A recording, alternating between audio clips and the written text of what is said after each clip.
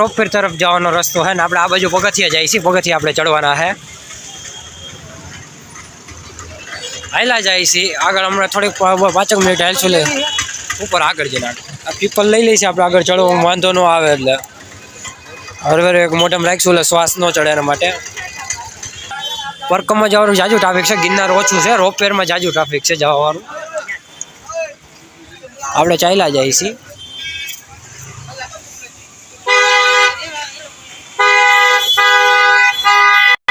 આ રસ્તો કાશ્મીરી બાપુની ત્યાં જાય છે, એ કાશ્મીરી બાપુની જગ્યા નામચીન છે ને આપણે સામે ગિરનારના પગથિયા છે, ત્યાં જવાનું છે.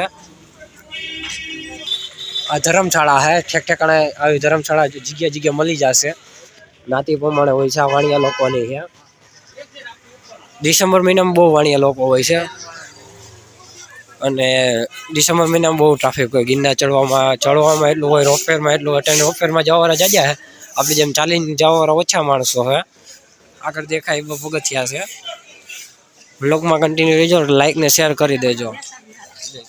અહીંથી બોરદેવી જવાનો રસ્તો છે, અહીંથી પરિક્રમા પૂરી થઈને અહીંથી બારે એક્સિટ થાય. આપણે આ બધું સીધું જવાનું પગથિયા તરફ. પોલીસ લોકો ઊભા છે એની રાવથી.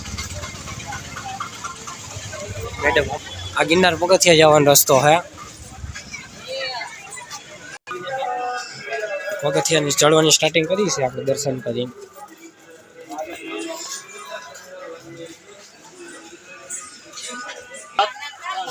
આપણે પગથિયા ચડવાનું ચાલુ કરી દીધા છે. હરવે ચડશું. જોયો અમારા ભાઈ કેટલા લગન ચડી ગયા. હું 7 વાર ચડી ગયેલો છું ઓલરેડી. બરોબર,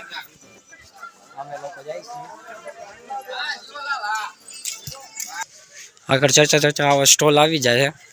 કોઈ વસ્તુ લેવી હોય આ તે રિટર્નમાં લેવાનું કરો તો બધું સારું છે. કેરી ઉપર ખોટો વજન ઉપાડીને જવું નહીં. દીધી છે વાંદરા આવી ગયા હે. ફરતી કોર છે જો બચ્ચા નહીં. ફોનનું ખાસ ધ્યાન રાખવું પડે.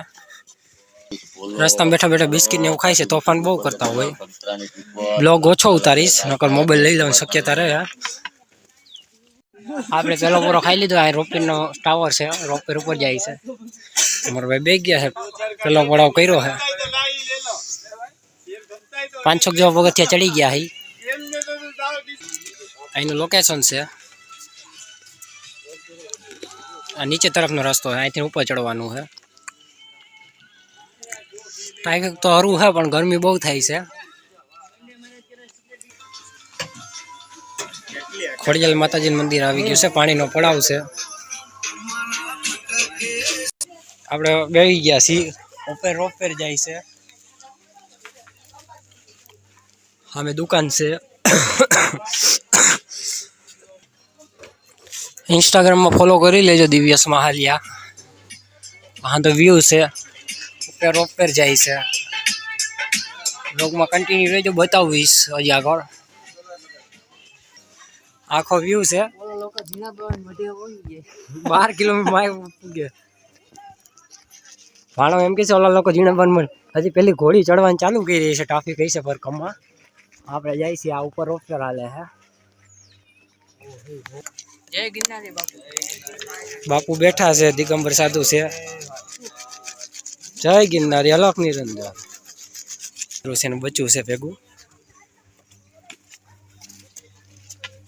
ટાવર આવી ગયો હે.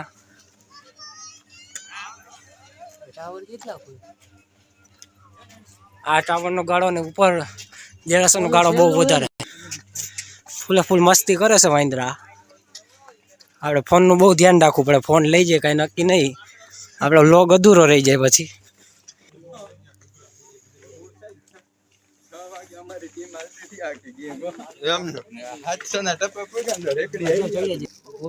અમારા ભાઈ વાંદરાને ચોકલેટ દે છે પીપર.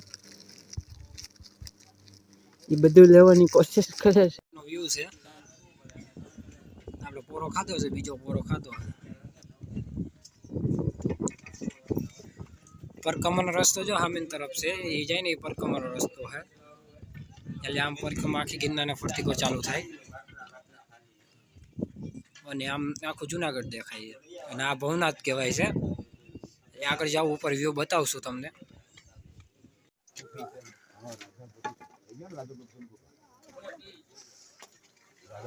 પડાવ કર્યો છે આપણે અહીં દર્શન કરવા રાજા ગોપીચંદની ગુફા છે ભગીરથ ભરતસિંહની આનો વ્યૂ છે 2500 પગથિયા પૂગી ગયા રાણકદેવનો પાણો આવી ગયો છે આ પથ્થર છે